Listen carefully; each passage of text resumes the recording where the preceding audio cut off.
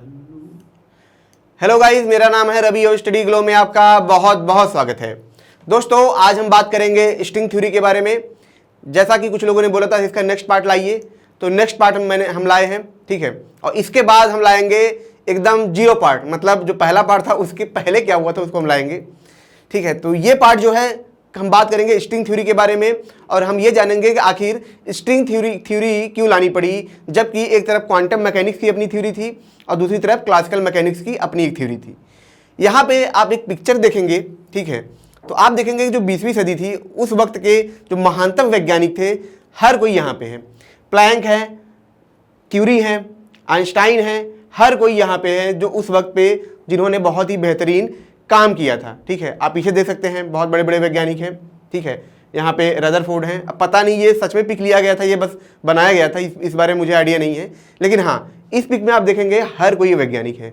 तो यहाँ पे अगर हम, जैसा कि माना जाता है, जैसा कि लोग मानते हैं, हालांकि कोई वैज्ञानिक बड़ा छोटा नहीं होता है, लेकिन जो एक माना जाता है कि जो 20वीं सदी के सबसे महानतम वैज्ञानिक थे वो आइंस्टाइन थे। इन्होंने साइंस की दुनिया में क्रांति लाया था, साइंस की दुनिया को बदला था, जो कई सौ सालों से वैसी की वैसी पड़ी हुई थी, उसमें कोई भी बदलाव नहीं आया था। लेकिन जब आइंस्टाइन आते हैं तो क्रांति लाते हैं और साइंस की दुनिया को बदलते हैं, और ये लाते हैं एडवांस क्लासिकल मैकेनिक्स, जिसको थ्योरी ऑफ रिलेटिविटी भी कहा जाता है। और इसमें यह बताते हैं कि जो हमारा ब्रह्मांड काम करता है वो कैसे काम करता है। एक थ्योरी देते हैं जिसकी वजह से आप क्या कर सकते हैं, किसी भी प्लेनेट के बारे में पता लगा सकते हैं, ग्रेविटी को समझ सकते हैं, ठीक है। यहाँ तक कि इक्वल टू mc² भी इन्हीं की थ्योरी से निकल के आया कि एक मास के अंदर कितनी ऊर्जा होगी, यह भी इन्होंने बताया, जो कि अपने आप में सबसे महानतम खोज कही जाती है, जिसकी वजह से लोग ये भी मानते हैं कि लोग मतलब सैटेलाइट ऊपर भेज पाए, चांद पे जा पाए, इन्हीं की वजह से। यहाँ तक कि जो परमाणु बम बना तो इन्हीं की फार्मूले की मदद से बना। तो एक तरफ इन्होंने क्या किया था, ब्रह्मांड के बारे में बता दिया था। दूसरी तरफ आप देखेंगे जो प्लैंक है, ये लोग हैं, ठीक है, बोर है, रदरफोर्ड है, ये सब इन्होंने क्या किया, क्वांटम के बारे में बताया, क्वांटम कण के बारे में बताया, एटम के बारे में बताया, उसकी सारी चीज़ें उन्होंने बता दी, लगभग समझा दिया। लेकिन फिर लोगों को लगा कि कहीं ऐसा तो नहीं कि अब विज्ञान का जो सफ़र था वो ख़त्म हो गया है, जो कहानी थी विज्ञान की वह ख़त्म हो गई है, जो चैप्टर था विज्ञान का वो अब आखिरी चैप्टर है। जैसे महाभारत युद्ध होता है, उसके बाद सब खत्म हो जाता है, बहुत बड़े बड़े सूरमा एक बार इकट्ठा होते हैं, युद्ध लड़ते हैं और सब चीज़ खत्म हो जाती है। तो सेम चीज़ यहाँ पे था, बहुत बड़े बड़े सूरमा इकट्ठा होते हैं। विज्ञान के इतिहास में ऐसे वैज्ञानिक कभी पैदा नहीं हुए जो इतने सारे वैज्ञानिक एक साथ इकट्ठा हुए हों, इतना सारा काम किया हो। उस वक्त में सारे सूरमा इकट्ठा होते हैं, सारा काम करते हैं और फिर चले जाते हैं। और दुनिया को लगता है 1960 1970 आने के बाद आसपास दुनिया को लगता है कि अब शायद विज्ञान की गुत्थी सुलझ चुकी है, लेकिन कुछ और होता है। होता क्या है कि जिस गुत्थी को ये सुलझा के गए थे, जो थ्योरी ये दे के गए थे, उसमें कुछ ना कुछ कमी थी, कुछ ना कुछ ऐसे रहस्य थे जो हमें नहीं मिल पा रहे थे। वो रहस्य क्या है, उससे पहले मैं आपको एक कोट याद दिलाऊंगा।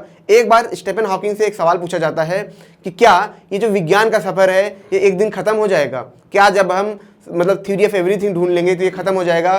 तो स्टीफन हॉकिंग हंसते हुए बोलते हैं कि विज्ञान का सफ़र अनंत है और ये कभी ख़त्म नहीं होगा। वैसे ही जो ये सफ़र ख़त्म होने वाला था ये ख़त्म नहीं होता है और फिर से सफ़र शुरू होता है। कहाँ से शुरू होता है? पहले सवाल से।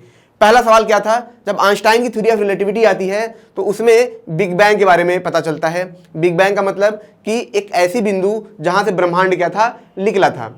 जैसे कि आप देख, एक बीज होता है, एक बीज से क्या होता है, पूरा पेड़ निकलता है। तो वैसे ही वैज्ञानिक ये मानते हैं जो हमारा ब्रह्मांड था वह एक ऐसे बिंदु से निकला है जहाँ से पूरी दुनिया बनी है। मतलब एक छोटा सा पॉइंट है, बहुत ही छोटा सा, और इसी पॉइंट से ये दुनिया निकली है। अब वैज्ञानिक ये मान लेते हैं ठीक है दुनिया बिग बैंग से बनी है, लेकिन कुछ भौतिक शास्त्री, ठीक है, कुछ फिलोसफर ये सवाल पैदा करते हैं, ठीक है ये दुनिया बिग बैंग से बनी है तो ये जो बिग बैंग वाला पॉइंट है वो कहाँ से आया है। मतलब कि जो थ्योरी ऑफ रिलेटिविटी थी वह इसके पीछे का जवाब नहीं दे पा रही थी, वो सिर्फ जवाब कहाँ तक दे पा रही थी कि यहीं तक एक पॉइंट है बिग बैंग, यहीं से पूरी दुनिया निकली है। लेकिन जब ये फिलोसफर सवाल ये पूछते थे कि ये जो पॉइंट है वह कहाँ से आया है, तो यह जवाब नहीं होता था। और आपको पता है साइंस कभी भी भगवान को नहीं मानता है। दूसरी तरफ एक सवाल और उठता है क्या कि जब हबल खोज कर रहे होते हैं तो उनको क्या दिखता है कि जो सारे गैलेक्सीज हैं एक दूसरे से दूर जा रहे हैं, बहुत दूर जा रहे हैं और बहुत ही तेज़ी से जा रहे हैं।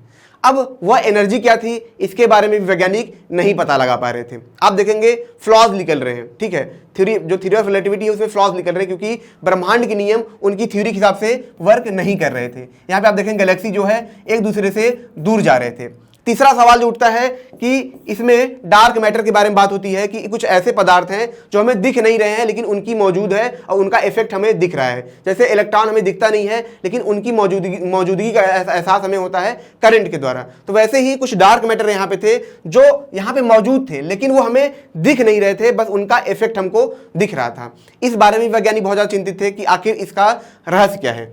फिर एक सवाल आता है यहाँ पे क्वांटम के बारे में आता है कि देखिए मैं आपको बता दूं, जैसे हमारी जो क्वांटम लेवल पे वर्क होता है, जैसे वीक न्यूक्लियर फोर्स है, इलेक्ट्रोमैग्नेटिक फोर्स है, ठीक है, स्ट्रांग न्यूक्लियर फोर्स है, तो हर किसी का क्या है एक वाहक है, मतलब कैरियर है, ठीक है, वो क्या करता है उनको पूरा समेट के रखता है। जैसे अब मैं एक बात करूं कि एक लेटर है आपके पास, क्या मान लीजिए आपके पास एक लेटर है, उस लेटर को आपको एक जगह से दूसरी जगह पे लेके जाना है, तो ठीक है, तो आप उसका क्या बनेंगे, एक वाहक बनेंगे, ठीक है, उसको क्या करेंगे एक जगह से दूसरी जगह पे लेके जाएंगे। वैसे ही जैसे इलेक्ट्रोमैग्नेटिक फोर्स जो होता है, ठीक है, जो इलेक्ट्रोमैग्नेटिक फोर्स होता है उसमें क्या होता है, जो फोटॉन होते हैं, ठीक है, वो क्या होते हैं उनके कैरियर होते हैं। जो स्ट्रांग न्यूक्लियर फोर्स होता है, ठीक है, जैसे आप देखेंगे जो प्रोटॉन होते हैं और जैसे प्रोटॉन है वो क्या है एक न्यूक्लियस के अंदर बंधे हुए हैं, ठीक है, जबकि उनमें क्या है प्लस प्लस चार्ज, उसके बावजूद भी बंधे हुए हैं, तो उनको कौन बांध के रखता है, ठीक है, वो बांध के रखता है ग्लूऑन, ठीक है। तो ग्लूऑन क्या है, स्ट्रांग न्यूक्लियर फोर्स का क्या है एक तरीके से कैरियर है,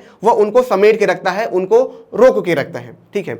वैसे ही ठीक है जो वीक न्यूक्लियर फोर्स है, ठीक है, जो वीक न्यूक्लियर फोर्स है उसको कौन बांध के रखता है, WZ बोसॉन। आप देखेंगे कि जब भी डीके होता है, जैसे यूरेनियम है, इसमें क्या होता है आप देखेंगे धीरे धीरे उसकी लाइफ कम होने लगती है एक वक्त के बाद, ठीक है। तो वो क्यों होता है, क्योंकि उसमें जो होता है उसके जो पार्टिकल होते हैं इतने ज़्यादा आ जाते हैं, ठीक है, तो वो क्या करते हैं उसमें रह नहीं पाते हैं, जिसकी वजह से क्या होता है कि उनमें धीरे धीरे से क्या होता है उनका डीके होने लगता है। जैसे एक कमरा है, एक कमरे में क्या करूं 15 20 25 लोगों को घुसेड़ दूं, मतलब अड़सा दूं, ठीक है, तो उसमें क्या होगा कि अब उसमें लोग रह नहीं पाएंगे, भैया बस बहुत हो रहा है, गर्मी बहुत लग रही है, अब इसमें मैं रह हो पाऊंगा नहीं, भाई दूर रहो। फिर एक बंदा बाहर चला गया, यार बहुत गर्मी थी उस कमरे में, फिर दूसरा बंदा बाहर भाग गया, फिर धीरे धीरे हर कोई भाग जाता है।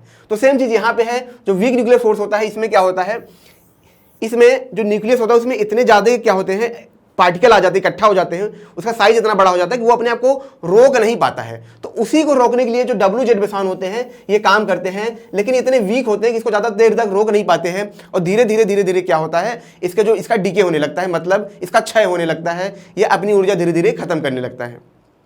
तो ये चीज थी, तो तीनों के बारे में हमको पता था, लेकिन जो सबसे बड़ी चिंता थी वह किस बारे में थी, वह थी कि आखिर ग्रेविटी कैसे काम करती है, ठीक है, क्या ग्रेविटी कैसे काम करती है।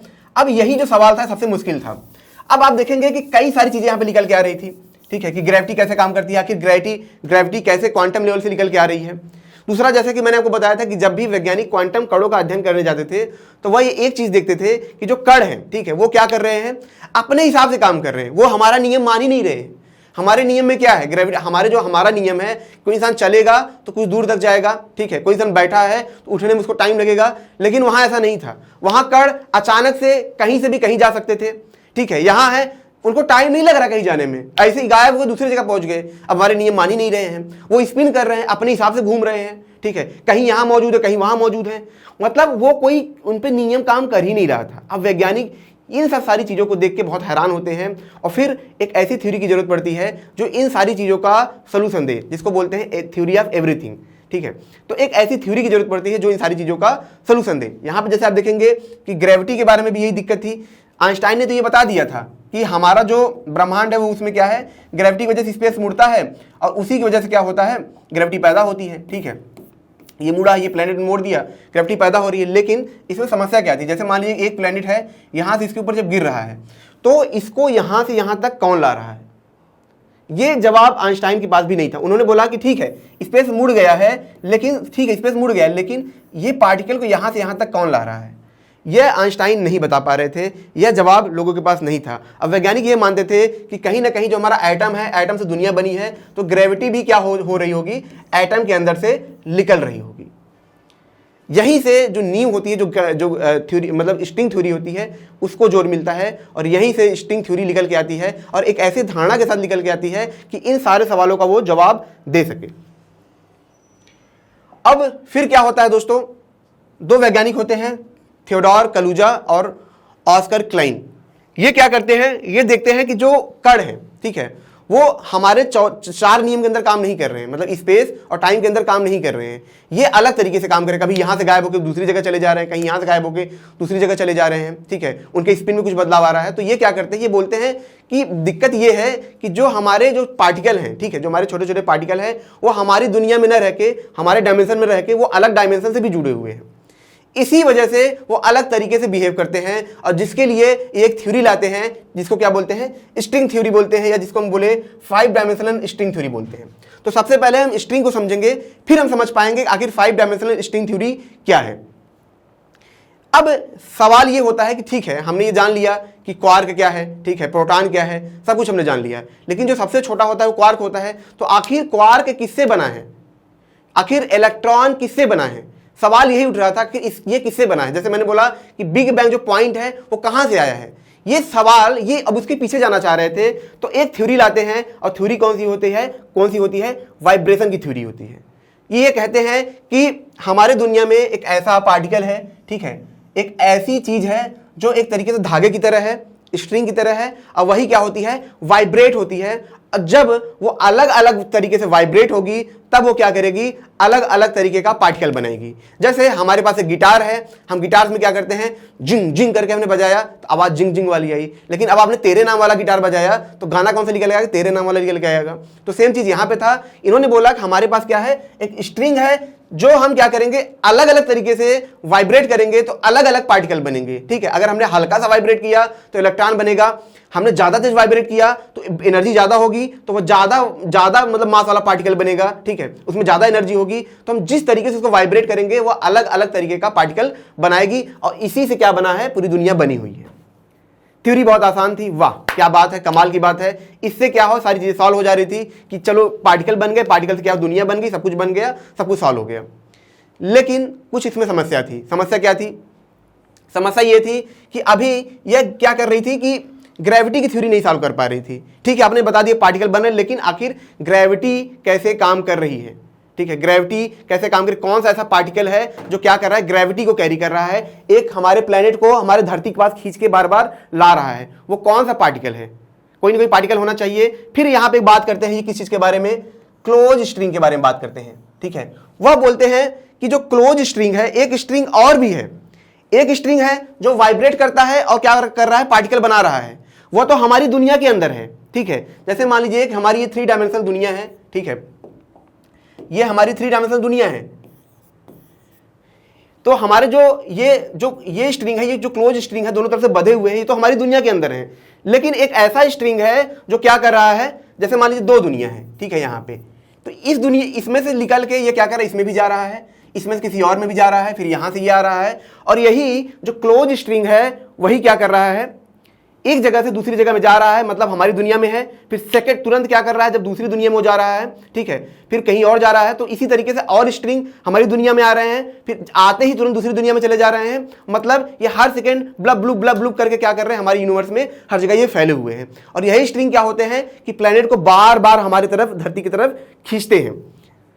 अब यहां से जो उठता है 5वें डायमेंशन की बात होती है, जैसे मैंने बोला 5th डायमेंशन की बात, तो यहीं पे बात होती है कि जो हमारी स्ट्रिंग है ये तो किसमें है, स्पेस टाइम में है। भाई 3 आयाम हमारे, टाइम है, 4 आयाम हो गए, तो ये ओपन स्ट्रिंग किसमें थे, हमारी दुनिया में थे। लेकिन जो क्लोज स्ट्रिंग था, जैसा कि मैंने बोला कि यहाँ पे है, फिर अचानक से गायब होकर कहीं और जा रहा है, फिर अचानक से कहीं से और आ रहा है, तो ये कहाँ जा रहा है, ये 5वें डायमेंशन में जा रहा है। मतलब जो 5वां डायमेंशन है यहीं पे है, यहीं पे जुड़ा हुआ है, ठीक है। जैसे ये पेन है, ये 5वें डायमेंशन से जुड़ा हुआ है, तो ये है, अचानक से गायब हो जाएगा, फिर ये वापस आ जाएगा। लेकिन जो क्लोज स्ट्रिंग है, जो इसी की दुनिया के अंदर है, वह यहीं पे रहेगा। एग्जाम्पल से इसको और समझेंगे कि मान लीजिए टीवी है, टीवी के अंदर क्या है, मान लीजिए टीवी क्या है, हमारी दुनिया है, ठीक है। वह कितने डायमेंशन की है, वो 4 डायमेंशन की है, क्योंकि उसमें जब आप देखते हैं तो 3 आयामी है, आगे पीछे ऊपर नीचे जा पाता है। दूसरा उसमें समय डायमेंशन है, क्या है कि वह समय बीत रहा है धीरे धीरे, मतलब मूवी धीरे धीरे आगे बढ़ रही है, 3 घंटा बीत रहा है, तो 4 डायमेंशन है, वो हम दूर से देख रहे हैं। लेकिन 5वां डायमेंशन कौन है, वह मैं हूं, ठीक है। जैसे एक नाटक चल रहा है, मैं बाहर से पर्दे में देख रहा हूं, ठीक है। जैसे जब नाटक चलता है तो मैं दूर से देख रहा हूं, वो 4 डायमेंशन है, 5वां मैं हूं। मैं जब चाहूंगा उस कहानी के अंदर घुस जाऊंगा। मैं गया मैं गया उस पे नाटक, जो जहां नाटक चल रहा था उसमें कूदा और कूद के बाहर भाग गया, ठीक है। वह वही है, लेकिन मैं जब चाह रहा हूं वहां जा रहा हूं और बार बार वापस आ जा रहा हूं। तो सेम चीज यहां पे था, क्लोज स्ट्रिंग के साथ था। यह कभी भी हमारी दुनिया में आती है और कभी भी हमारी दुनिया से निकल के बाहर चली जाती है। वो कौन सा डायमेंशन था? वो 5वें डायमेंशन में जाती थी। तो यहां से 5वें डायमेंशन की गुत्थी सुलझती है। और सबसे बड़ी बात कि इसी को क्या बोला जाता है? ग्रेविटान बोला जाता है। यही ग्रेविटान क्या है कि हमारी दुनिया में फैला हुआ है और यही ग्रेविटी का कारण है। यही क्या करता है? प्लैनेट को दूसरे प्लैनेट की तरफ खींचता है, इस पेन को इसकी तरफ खींचता है। और यही अगर नहीं होगा तो ये नहीं खींच पाएगा। मतलब ये बार बार यहाँ पे पैदा हो रहे हैं चारों तरफ और बार बार ये गायब हो रहे हैं, दूसरी दुनिया में जा रहे हैं। तो इन्हीं की वजह से ग्रेविटी पैदा होता है। ये तो बात हो गई, ग्रेविटी भी गुत्थी सॉल्व हो गई। फिर यहाँ पे आप देखेंगे बहुत सारी स्ट्रिंग की चीजें निकल के आती हैं।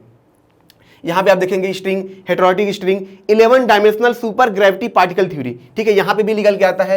ये कैसे निकल के आता है? जब यह स्ट्रिंग थ्योरी को सॉल्व करते हैं, जब उसको इक्वेशन को सॉल्व करते हैं तो इनको लगता है कि ये 5 डायमेंशन की है। लेकिन दिक्कत कुछ और होती है। जो कलुजा की थ्योरी होती है उसमें कुछ कमी होती है।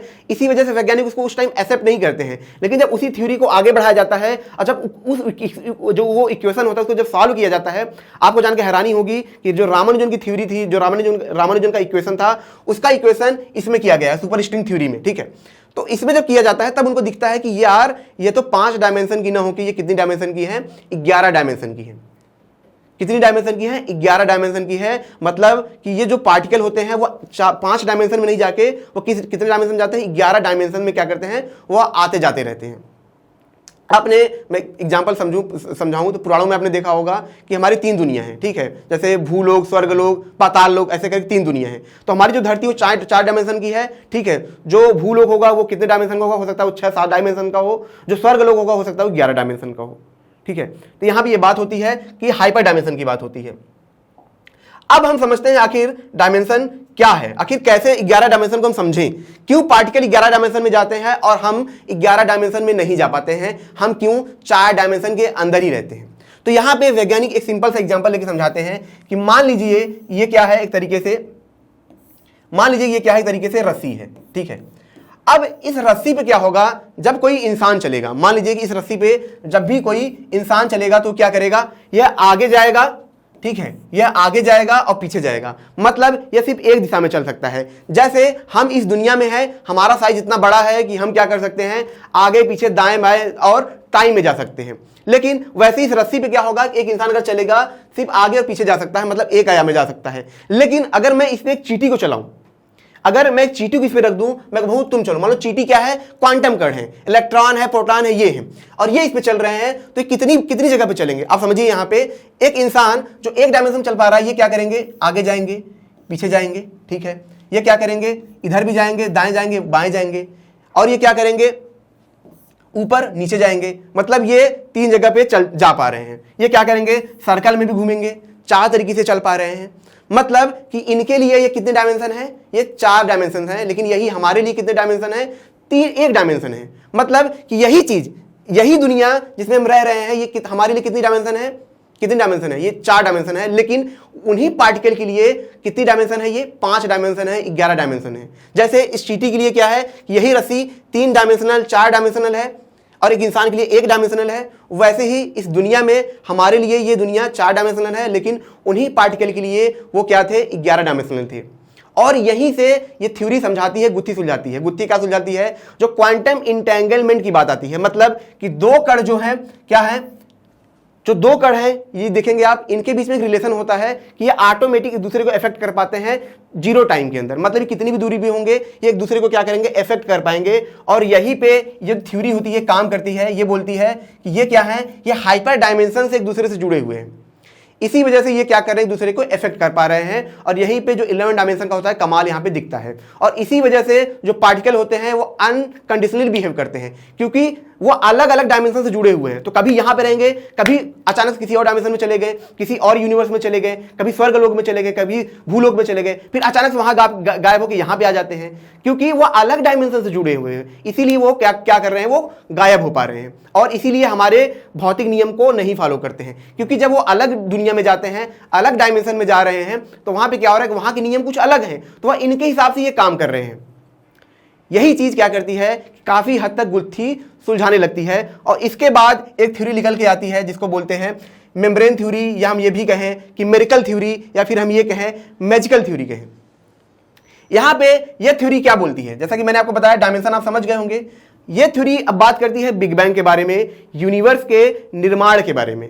हमने बोला, अब हमने तो क्वांटम के बारे में समझ लिया कि क्वांटम में 11 डायमेंशन की चीजें हैं। हम 11 डायमेंशन क्वांटम इधर उधर भागते हैं, गायब हो जा रहे हैं, इधर जैसे वार्म होल होता है, जैसे एनीवे दरवाजा था, आप जैसे उसमें जाएंगे किसी और दुनिया में पहुंच जाएंगे। तो यहां पे बात होती है, ठीक है, मेरिकल थ्योरी की, ठीक है, जिसको एडविन विटेन ने इस पे बहुत ज्यादा काम किया था।